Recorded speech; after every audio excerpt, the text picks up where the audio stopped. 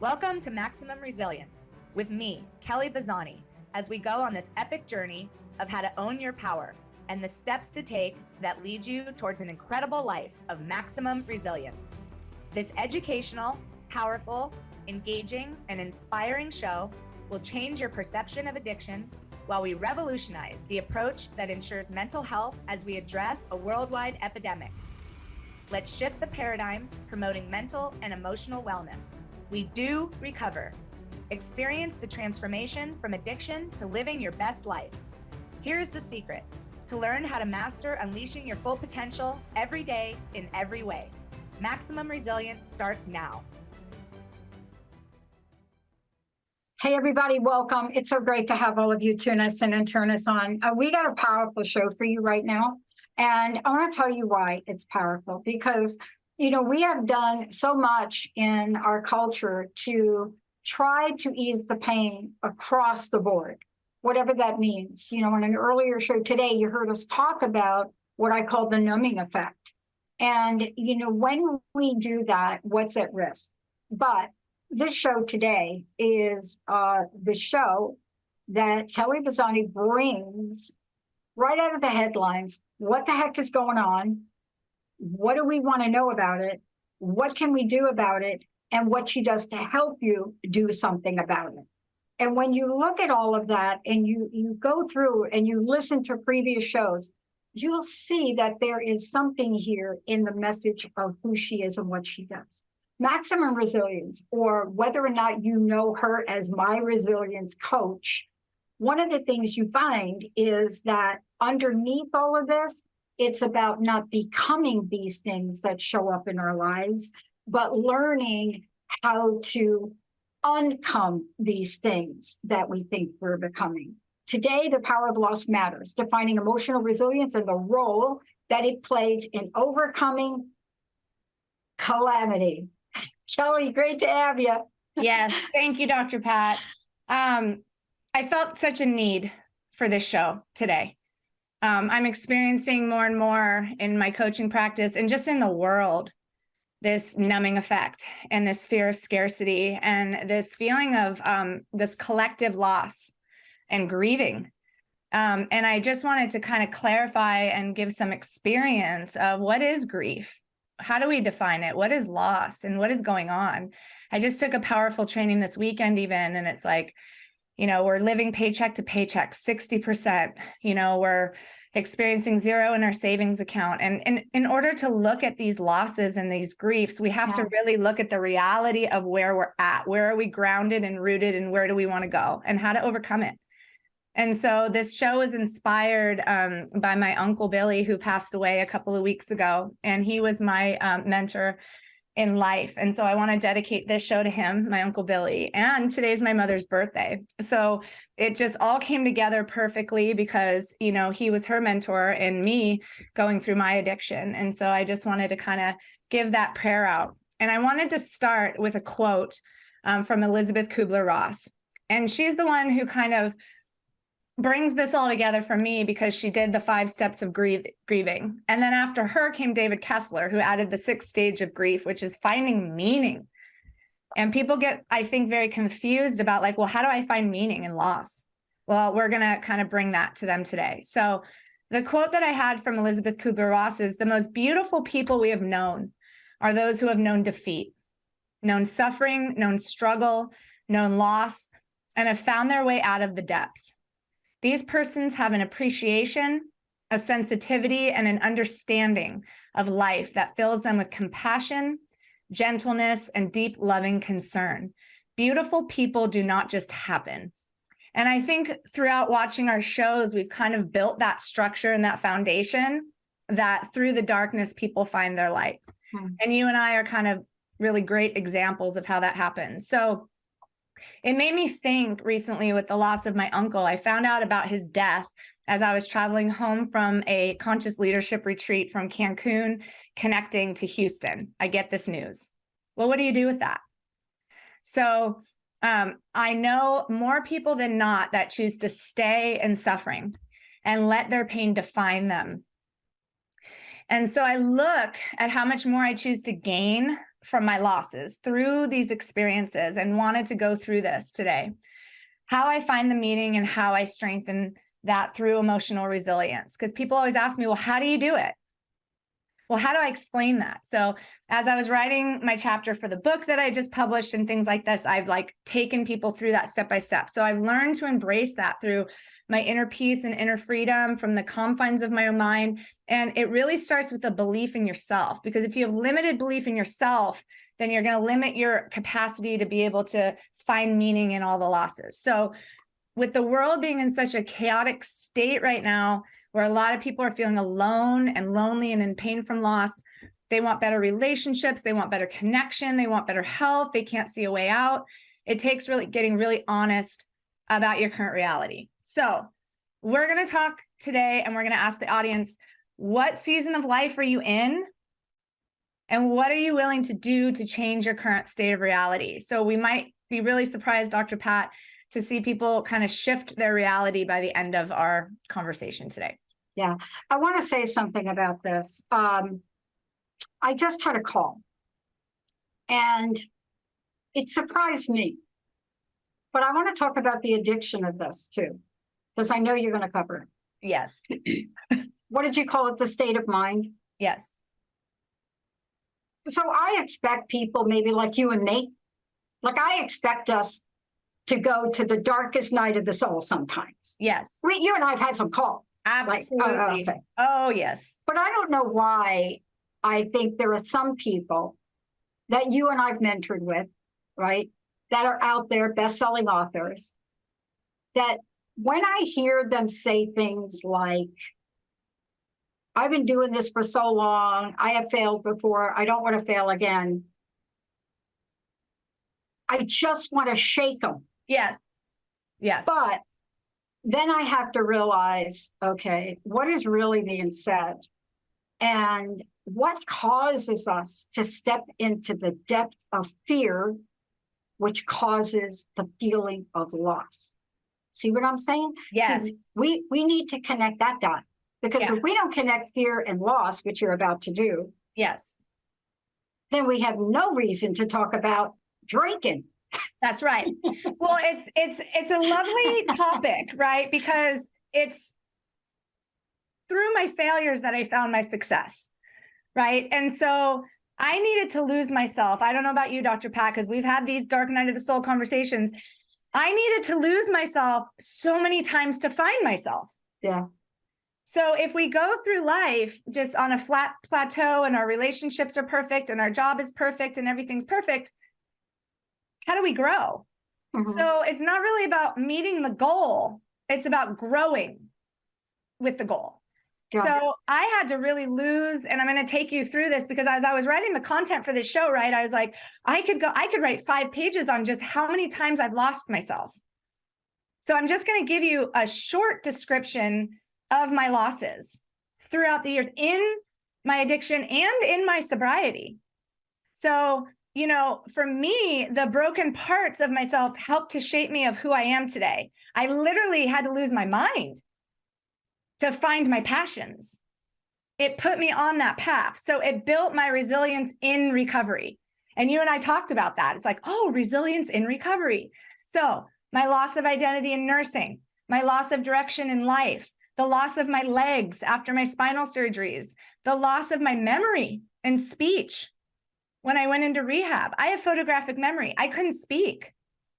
I had grand mal seizures. I couldn't remember my past, which was terrifying. The loss of trust in other people and friendships. And then the loss of trust in myself. I lost my grandmother, who was my person 2 days before my nursing graduation. I lost my other grandmother on my 90-day sobriety date. I lost my grandfather on my first grandmother's death day. They both died on they both had the same death day. I lost my fiance a day before my 40th birthday from alcoholism. So I lost my sexual safety when I got sexually abused in jail. So, I lost my direction. I lost my coping skills. So loss can be described as so many things. So Elizabeth Kubler-Ross describes this as, these steps are not a method for tucking these emotions. It's messy. And I think when people look at it, they're like, well, why do I need to name it grief? Well, you need to name it in order to feel it, and you need to feel it in order to heal it. So I hear all the time, I'm fine. I'm fine. Well, are you though? Because the more you're stuffing it down, or then you're numbing it by distractions, or you're projecting it, or you're doing whatever, we're not healing. And so these steps for grief, they don't prescribe, they're not to be followed in a linear fashion. They describe how you're feeling. Are you angry? I was angry. Are you depressed? Sure. I went through that. Are you bargaining? Are you like, God, I promise I will behave for the next 2 months if you don't take anybody else away from me? I did that. And then when you get into the acceptance, and acceptance isn't, I love that I just lost my uncle 2 weeks ago, right? Acceptance is the reality of what is. And then why they added the extra step of meaning is because how are you going to find meaning in that? What are you going to do with your life to honor that person, that loss, whatever that is? Yeah. But let's talk about this for a minute, because the reason I shared that little tidbit about a call I was on today was because of this thing that you're about to talk about. Is when we get caught up in this thing you call comparative reality. Oh, yes. When we get, that was the call I was just on. Yes. Well, blah, blah, blah, blah, blah, blah, blah, blah. Look, I have been fired from every job I've ever had. So let's just be very clear about that. But why? I don't go back and say I've been fired from every job. I was never really meant to have a corporate career. That was never really, that helped me get to where I am today. But this idea of comparative reality, that is the thing when we talk about it, it's the thing that says, I've been doing this 20 years and I don't want to fail again. I haven't been, I need to have something to measure it on. I mean, look, I've interviewed some of the top people that talk about this stuff. And the one thing I hear from them is what you do. Every story is about resilience. Every story that separates those best-selling authors from a woman that I coach from the South who has 3.5 jobs, and loss is, you can't even describe this. Yes. And she refuses to go down without a fight. That's right. That's what we're talking about today, but we're not saying, suck it up, people. We're not saying that. Well, that comparative reality is what isolates you in your grief. When you hear people say, oh, well, my grief isn't as bad because, me losing my husband isn't as bad as that person losing their child. Your grief is the worst grief. Yeah. So that's where we need to stop comparing. We have to. Right? Because that's what isolates us. 99% of people aren't discussing the grief model. 99% of people are discussing how much they miss their mom or dad. They miss their brother or sister. They miss their 20-year career that defined them. So the superpower, Dr. Pat, that we have lies in helping people be seen. And unfortunately right now, that's a superpower few people are wanting to cultivate, because this subject makes people feel uncomfortable because grief is messy. So we need to stop that comparative reality, because that's where people are feeling isolated because they're in judgment of each other's grief or their own. Mine's not as bad as that person. So I'm just going to isolate here in my grief and not deal with it and tuck it away or numb it. Yeah, this is what really is key to what we're talking about today. I want to remind everybody, look, you're listening to Maximum Resilience. I get to do this show with Kelly, but this, I believe, is the last show we'll do together. She is going to branch out on her own. I'm going to have a little bit of abandonment issue here from it, but shortly. That's okay. That happens all the time. But this show is The Power of Loss Matters. 1-800-930-2819.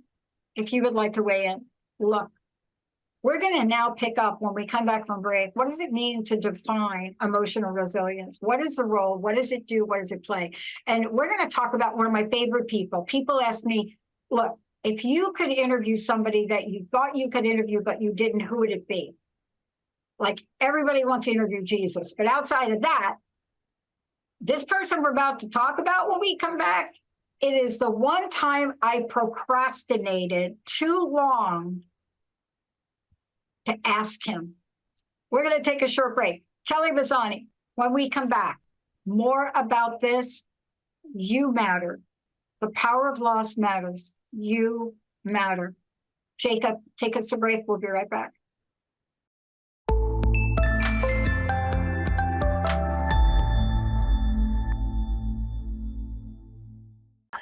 Hey, everybody, welcome back. Listen, Maximum Resilience with Kelly Bazzani and me, Dr. Pat, Power of Loss. Okay, before we get into this and we really start to talk about this, we start to talk about one of our people that we've read.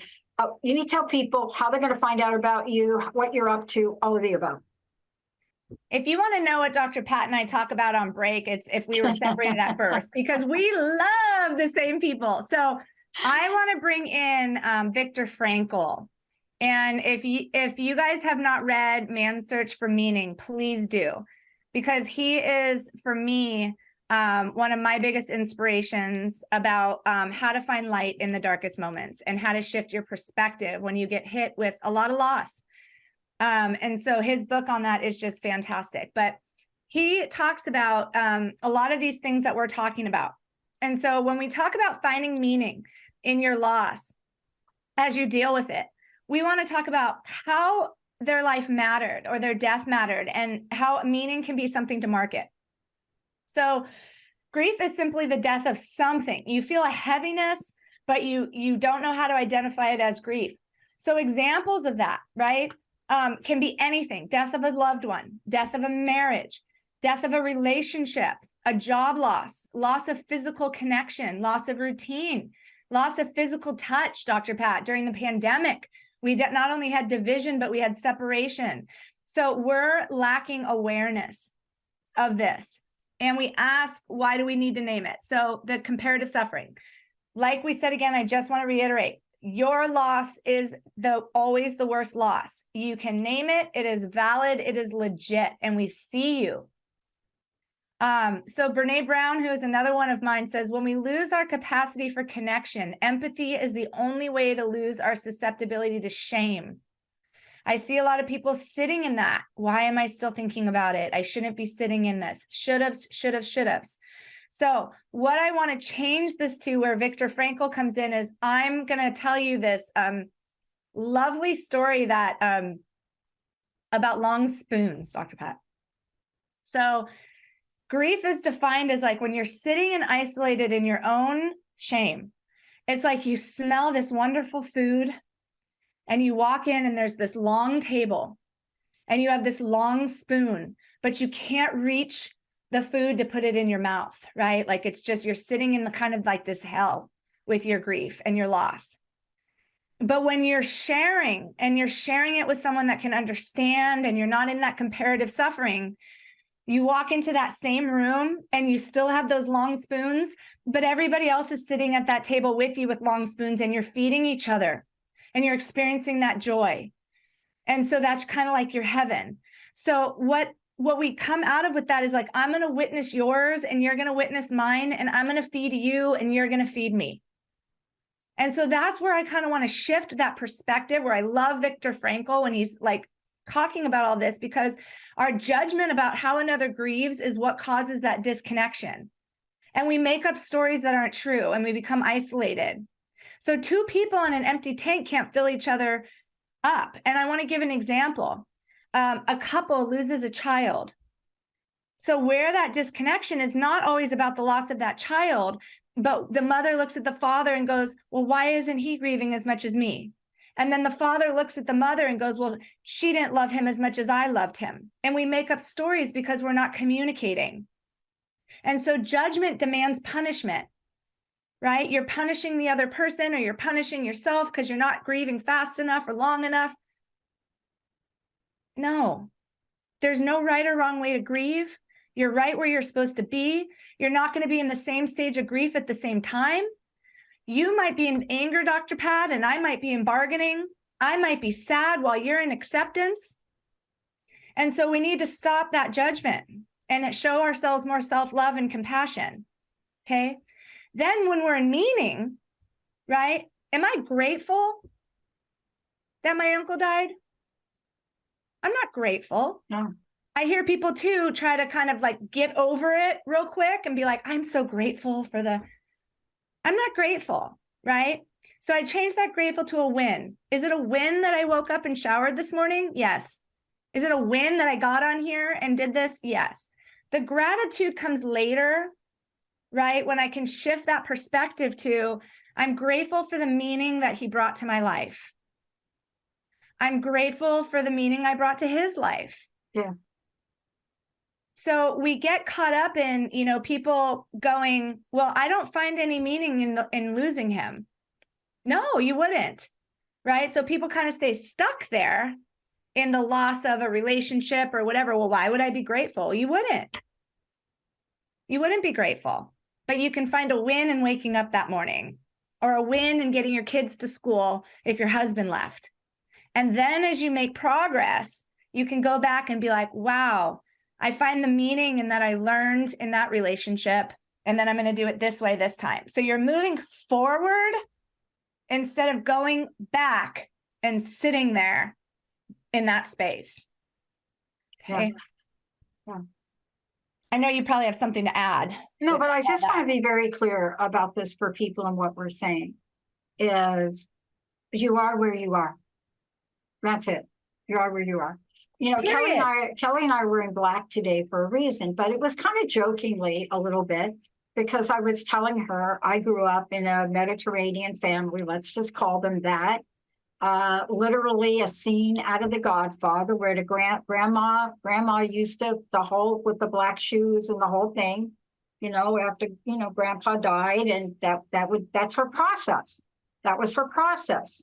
The Egyptians have their process. Yes. There are other traditions, they have their process. And everybody has their process.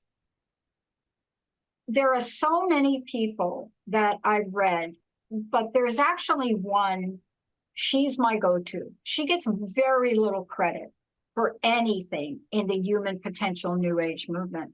And that's Emma Curtis Hopkins. As a matter of fact, one of her quotes is so misstated now, and I want to say it because this talks to what you just said, and then you need to pick it up from here. Yes. So one of her quotes that she came out with, I can't remember the year, was, I do not believe in a mixture of good and evil in the world or in myself. All is good. So that's the quote. All is good. She's referencing good and evil, but we took that and we changed it to it's all good. Yeah. So anytime somebody goes through a heartbreak, it's all good. Really? I just lost my job. What do you mean? She never meant that like that, right? No. And yet you have to honor yourself and where you are and where you want to go. Because what Viktor Frankl did in that concentration camp, how he altered his state of being, it's not because he is special. No. It's because he discovered how to do it, right? That's absolutely right. So he is a little special. It's not meaning is not a bypass to the pain. Like you just said. So we feel the pain, we experience the pain. The only way around the pain is through it. I say, don't just go through it, grow through it, right? Experience it. There's so many lessons in that.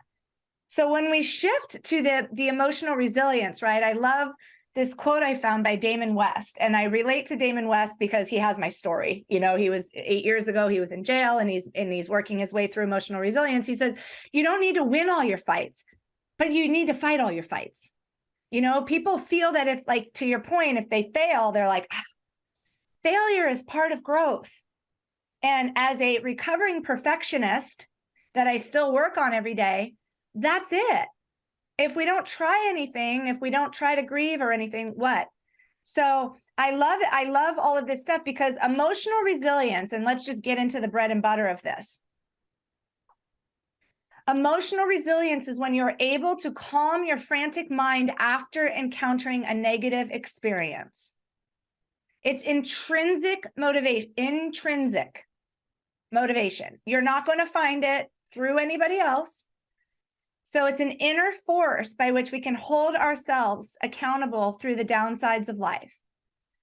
So even more importantly, and this is so important, Dr. Pat, it's the ability to extract value from the event. Viktor Frankl, please, A Man's Search for Meaning. If he didn't have the ability to extract value from the events he went through when he watched his whole family in that concentration camp, I don't know what is, okay? So in the form of a specific lesson to improve your outcomes in the future. So let me just say that again.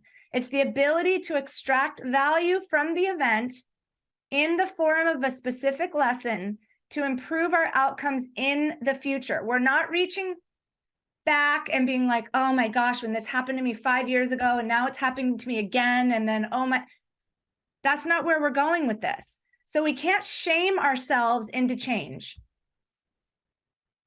We can only love ourselves into evolution. And that is really the key here. So we talk so much about PTSD. We focus so much when a traumatizing event happens. I have PTSD, I have PTSD. I want to shift the gears a little bit to PTSG, post-traumatic growth disorder. You can grow so much from what you go through. So it's the loss after growth that's possible. We can't change the pain. I'm not asking anybody to.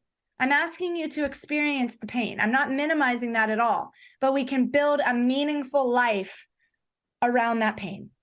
Yeah, I love the expression that was told to me really ancient times ago. I don't even know how long. It was probably from one of my trainers I had, where, I mean, and it's a very popular quote. It's pain is inevitable, but suffering is optional. Optional, yes. And it took me a really long time. Pain is a point in time. Suffering is an ongoing story. And that's my definition of it, because that's the way I relate to it. So true. And this really points to learning this. So this does not go without learning this. That's why Kelly does what she does. That's why you coach people.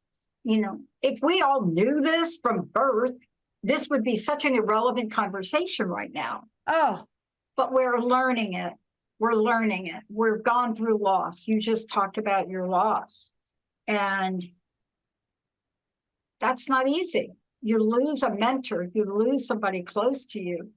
And what we then do next is important. You know, one of the other things that has been said to me over and over again is another phrase from Emma Curtis Hopkins: the world will persist in exhibiting before you what you persist in affirming the world is. My coach said this all the time: what you resist will persist, and what you fear will appear. And Dr. Pat, listen. That's a call I was on this morning, and I was like, oh my gosh, do I say anything? I didn't say anything, because there are times and then there are times. There are times. And listen, I'm not preaching this out. This took me 15 years I was the worst victim of them all. I sat in my stuff and didn't know a way out. And when I wrote my chapter and I was reading it to my business coach, she's like, when you were sitting in your jail cell and you didn't want to go on, that's how serious it was for me. What were the little things? When you were in that 8x8 cell for 23 hours a day, what did you focus on? Yeah, I pretended that book cart, I was in a library full of my favorite books. That cake that my inmates made me for my birthday, for my 36th birthday, out of things they bought in commissary. I mean, I'm talking flaming hot Doritos and this and that. I imagined and I believed it was the birthday cake my mom would make me every year for my birthday. That's right. That's what I'm talking about. So I'm not talking about this from stuff I researched. I'm talking about this from 15 years of personal experience of changing mindset. I wasn't going to go here, but I'm going to go here. This weekend, as I took a training, because we're going to get into this content, because I know we have to get through the 10 steps of emotional resilience. I had every 6 months now, because I had a biopsy done on my breasts. Every 6 months, I go and get those checked. The day before, I had gone in and had my physical, thinking, oh, I don't have to worry about that. I just have to worry about this getting my MRI. Well, I get the lab results back this week for my cervical exam, and it's lighting up red. Well, wow, why didn't my doctor call me on Friday to let me know? Like, what are the next steps, right? Like, it's showing possible malignancy. My 8-year ago self would have been in suffering all weekend. Woe is me. Why is this happening to me? And I had just been talking to my aunt a couple of days ago, like, I'm 42. I better get going and deciding whether I want a child, like whether I need to ask for a donor or this or that. My mindset didn't go to that. My mindset went to, okay, what are my next steps? If it is cancer, right? Like, wow, that made the decision for me about a hysterectomy and my decision to have a child. I moved my thoughts forward and got into the solution. I didn't stay in my suffering. I felt the pain. I felt the anxiousness. I felt the worry. And then I went this way. And we're going to talk about that in the steps of resilience. It's about being optimistic, not with rose-colored glasses, like, oh, this is fine. Like, I'm just going to move on, but optimistic with realism. This is what's happening. Move. It didn't keep me stuck. I felt my feelings. I experienced it. And then I go with flexibility and the possibilities available to me. 8 years ago, I would not have been able to be there. Yeah. 5 years ago, it would have taken me a day or so, but I am able to go and shift and move. That's what I'm talking about. So we find awe. Resilient people find awe in the midst of chaos. It's like, oh, this is fascinating. Okay, let's get into action. So I want to talk about, like, we're in this grief illiterate society and we want to fix everything. So when someone's grieving, they're not broken. There's a difference between empathy and pity. So they don't need to be fixed. They need someone to sit with them in their pain and witness the grief. Grief is not about pain. It's about love. Love someone through their grief. Yeah. Okay. So how do you deal with disappointment, Dr. Pat? Right? Does it keep you focused or does it set you back? I think disappointment is one of these conversations that we probably do a whole show on it, because there's the self-inflicted disappointment. Self-inflicted, whatever that looks like. Paint your own picture. But then there is the contagion. I call it a contagion of other people's disappointment in you. Right? Yes. Now, I'm disappointed in me and you're disappointed in me. And those two things, when those two things come together, that is like something from a superhero movie or The Matrix, where Neo and Trinity touched hands and boom. Disappointment in yourself has to be addressed. Disappointment from others has to be protected. And the reason that we're talking about this is disappointment, as you brilliantly just pointed out, underneath it, there's loss. There's something. I don't care how you cut this tomato. When you cut this tomato, it's a tomato. And disappointment, you peel that thing back, and underneath there's something you believe you did not do well enough. Therefore, you lost at whatever it was you were trying to achieve. That's absolutely right. And when you are the villain in your own story. Always. It's your belief. So the need is not going to help you move forward. I need to be I just lost whatever. So I need to be a better friend or a better partner, or I need more money. I lost my job. That's not going to move you forward to help you get over whatever. Want does. Yeah. I want to work on whatever. So the purpose of the goal, like I said, is not to hit the goal, but to grow from that experience, because a lack of results in your life is a lack of belief in yourself, like you just said. Yeah. And we're going to talk about that when we come back, because Yes. when Oh, you I put can't this wait. all together, I can't wait. We're when you gonna put it all together, Yeah. there is a way to look at this. Yes. And look, I don't want everybody to think that we think this is easy. Mm, We didn't say that. It might be simple, but I don't think either one of us is sitting here talking to you because we magically had an epiphany. It is a lifetime, a lifetime. We're going to take a short break. When we come back, Kelly Bazzani is going to talk to you about this, but also you also need to know what Kelly's up to, how to work with Kelly, what she's doing, all of the above. When we come back, where do you begin? Where does this grief end and you begin again?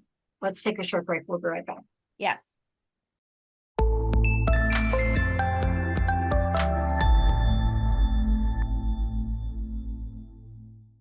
Hey, everybody, welcome back. You are listening to Maximum Resilience with Kelly Bazzani. She is the host of the show.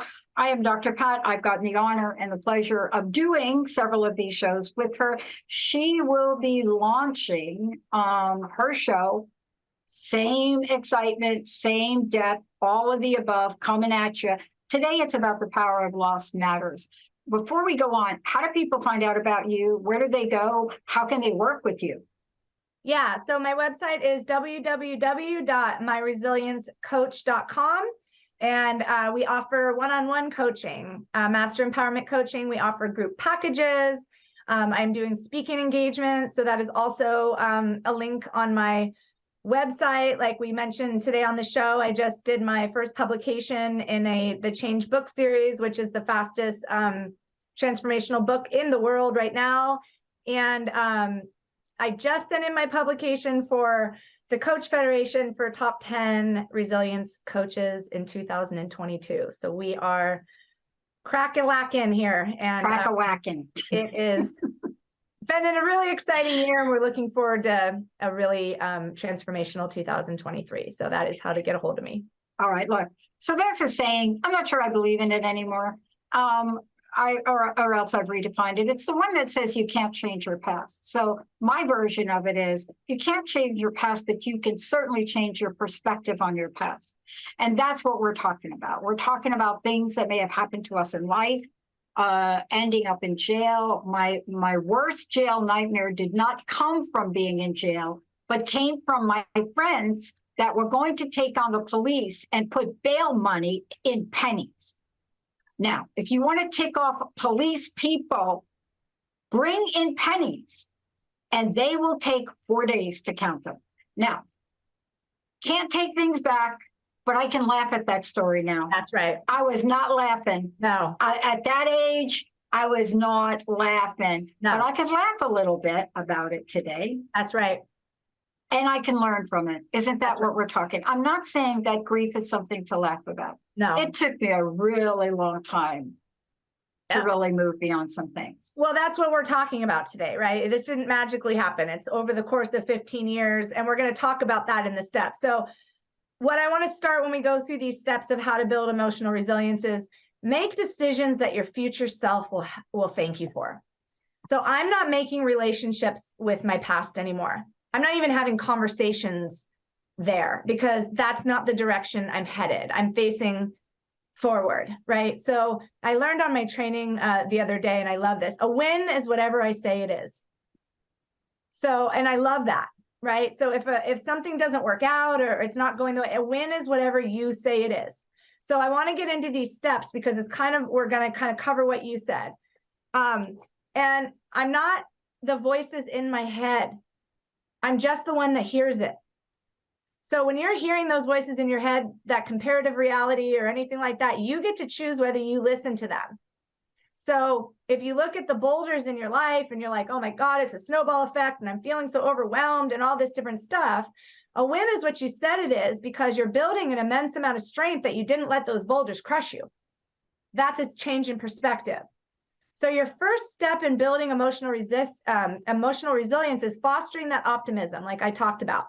Not with that rose-colored glasses, but truly resilient people who need to survive the harshest situations and still accomplish goals balance a positive outlook with a realistic view of the world, like we talked about.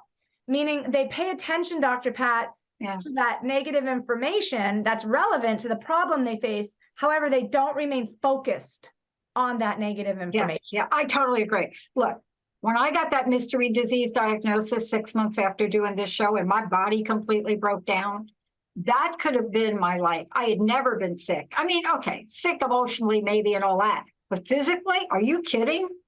This is the body of an athlete, sister. That's right. But when that thing happened, I had to go on a whole nother journey because it was never really about my body. But some of the things we learn, especially in recovery, let me just say this. Yes. I must say this. Yes. Sorry. If we didn't mention recovery, I got to do it now. That's right.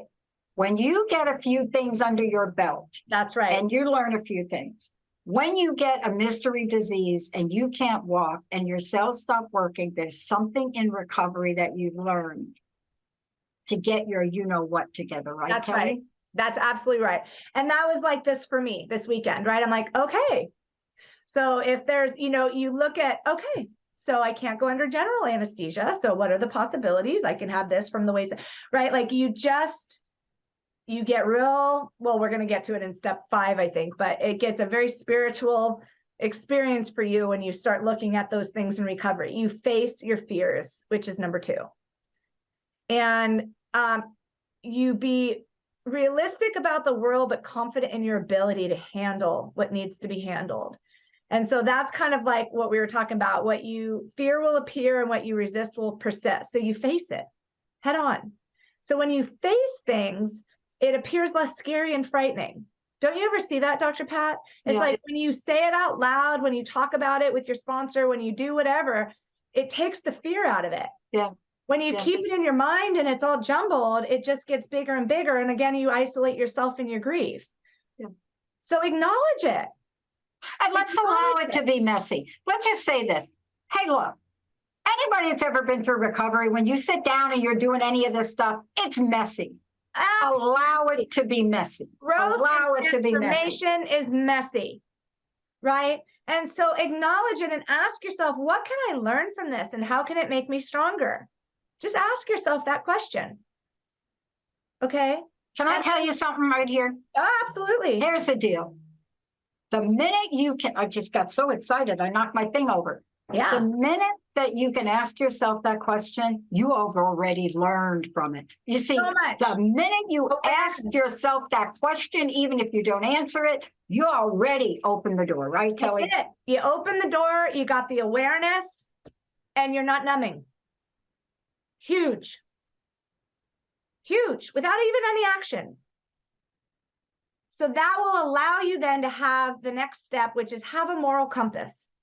That I think is really what we learned, Dr. Pat, in the recovery process through doing the 4-step and everything else, is developing that sense of right and wrong that strengthens during periods of extreme stress. When I first got clean and something would go wrong, did I think about Valium and everything? Yes, I did. Did it stay with me for 5 or 6, 7 days? I mean, I didn't do it, but did I think about it? Yes. 4 years into recovery, did it come up for me and then go in and out of my mind in a day?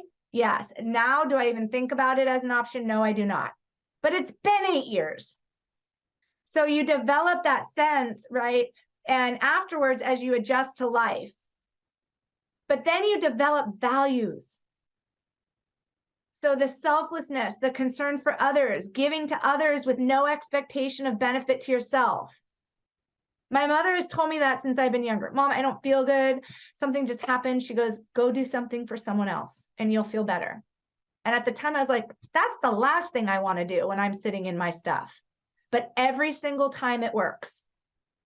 Every single time, if I go and do something or reach out to somebody, even if it's a text message, hey, I'm thinking about you today, I feel better.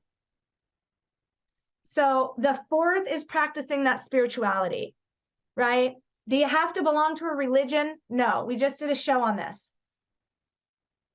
But there's a will out there and it's not yours. Because if you sit in your own thoughts, it's not going to work. So the number one thing when studying people that have overcome tragedy is being part of a community.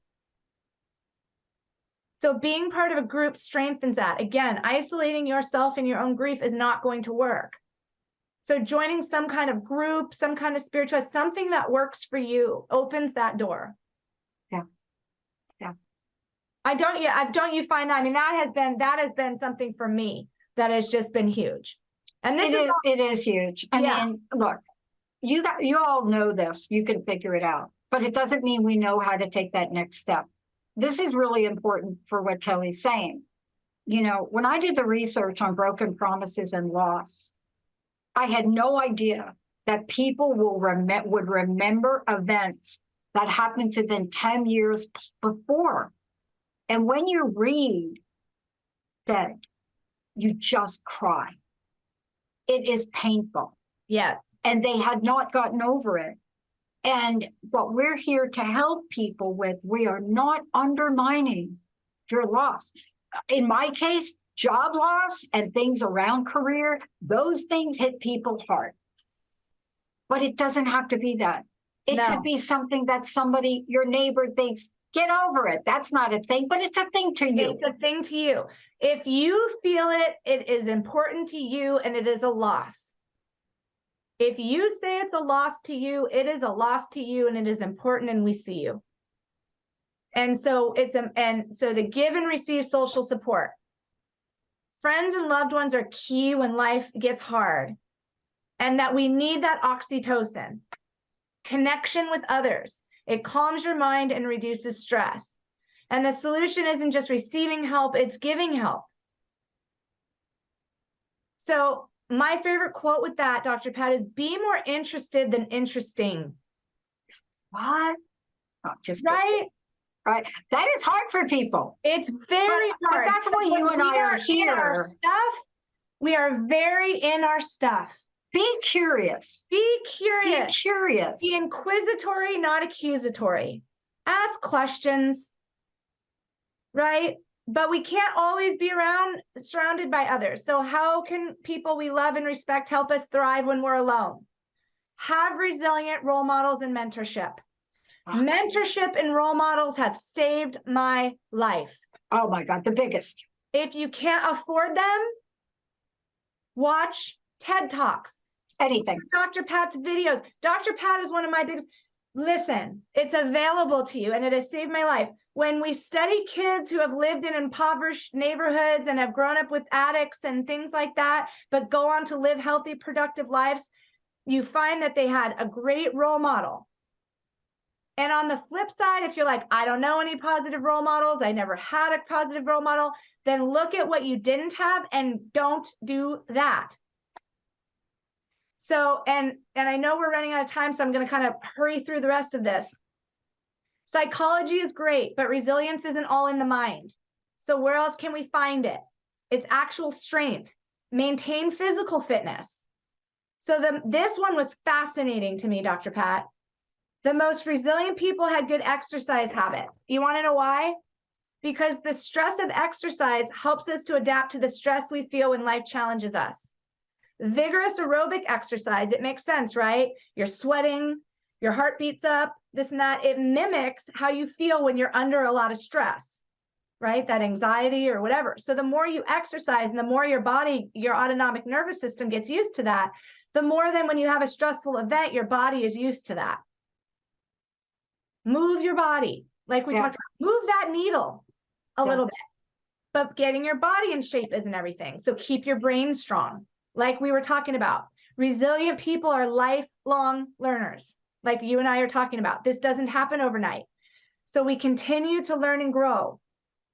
This gives a range of health benefits.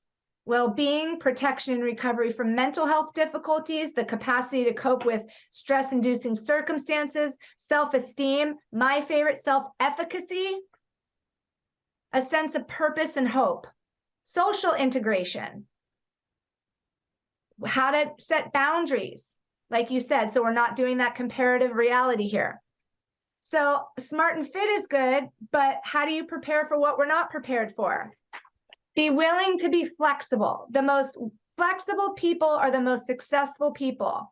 If you are rigid and stuck and you're fixed, like we've talked about, that's not going to work. So be flexible in the way you think about challenges and how you react emotionally to stress. We're not asking you to be tough. We're not asking you to ignore it. Humor? Yes. Research has shown cancer patients combat. They deal with it by a little bit of humor. And then last one, find meaning in what you do. Resilient people don't have jobs, they have callings. They have a mission and a purpose in life, and they give meaning to the things they do. Even janitors that were found to be resilient, when they go to clean schools or whatever, they're like, this is my calling. I'm going in, I'm cleaning the schools so that teachers and educators have a clean place to educate students. They don't look at it. I'm so glad you said that. I sold hot dogs at age 17 with a passion. So Passion. I look at anything. I'm so glad you brought that up, because if we look at them comparatively, we judge them. If we judge them, we're stuck in our story. We're stuck. So And good, so Frankl good. and Viktor Frankl's conception of service as a pillar of meaning. The Oh my ability to see one's work as a calling may enhance your resilience. This even holds true for people performing what we judge as dirty work, like you just said, right? So meaning is reflective and it's personal to you. Only you can find your own meaning. Only you can. Look, are you going to tell us what you're going to talk about on your first solo show, or is that more to be revealed? Well, I am excited to say that I'm having two of my co-authors from the Change book series on, Michael and Misty, and we are going to extend this. We are going to extend this topic, not so much loss, good. but finding that spiritual meaning and purpose. And I'm really excited to have both of them because they're both amazing and do this work as well. So we're just going to really get into that more. So I'm excited to. Yeah. And I want to just say something, and I hope you cover it. Again, please give them your website. That's how people, it's my resilience coach. Give them the website. Yes, www.myresiliencecoach.com. Yeah. Look, one of the greatest feelings of loss that people are experiencing now, it's not what you think. It's the loss of time. Yes. Aging, anti-aging, aging ideas. All of that right now is so up in people's faces. Yes. And Kelly, you've got to have resilience. I don't care what age you are. Just ask Betty White. Oh, she was talk about my person, Betty. Yes, she was awesome. And just ask yourself, right? What have you learned of value? And how is that different from what you valued before? Like, what is your future self? Where do you see your future self? And ask yourself today, I'm going to leave people with this, Dr. Pat. Ask yourself today, right? When something happens, am I the same place I was back here? And if so, am I willing to be rooted in that reality and move forward? When something happens to me today, like what happened this weekend with my lab results, I ask myself, is this worse than where I was 8 years ago? No. So I am willing to be flexible. I'm willing to be optimistic. I'm willing to look at possibilities available. I'm willing to look at it with humor. I'm willing to do all those things and move myself forward because my future self will thank me for it. Is it still painful? Yes. Is it still? Yes. And I can do all those things to move myself forward today. And I reach out and I mentorship, and I'm the hero in my own story. And I have mentorship to reach out to and support. And I'm telling all of you that we are here and we see you. Yeah, we do. And I want to tell you this for me. There are still some days that I pull out my hair cutting, like razor thing, and I get it very close to doing another Sinead O'Connor haircut. Brittany There's still some days where I am going to get that thing out, and I came close to it this morning. Whatever it is for everybody, Kelly, I'm so proud of you. I'm so thrilled about what you're doing. I'm so excited for your future, and I'm so excited for the service you have provided. Thank you. Thank you for listening to Maximum Resilience with me, Kelly Bazzani, your ally for addiction. Tune in the first Monday of each month at 11 a.m. Pacific, 2 p.m. Eastern on transformationtalkradio.com. Engage in this epic journey of how to own your power and the steps to take that lead you towards an incredible life of maximum resilience. We do recover. Experience the transformation from addiction to living your best life. For more information about maximum resilience and me, Kelly Bazzani, visit myresiliencecoach.com. That's myresiliencecoach.com.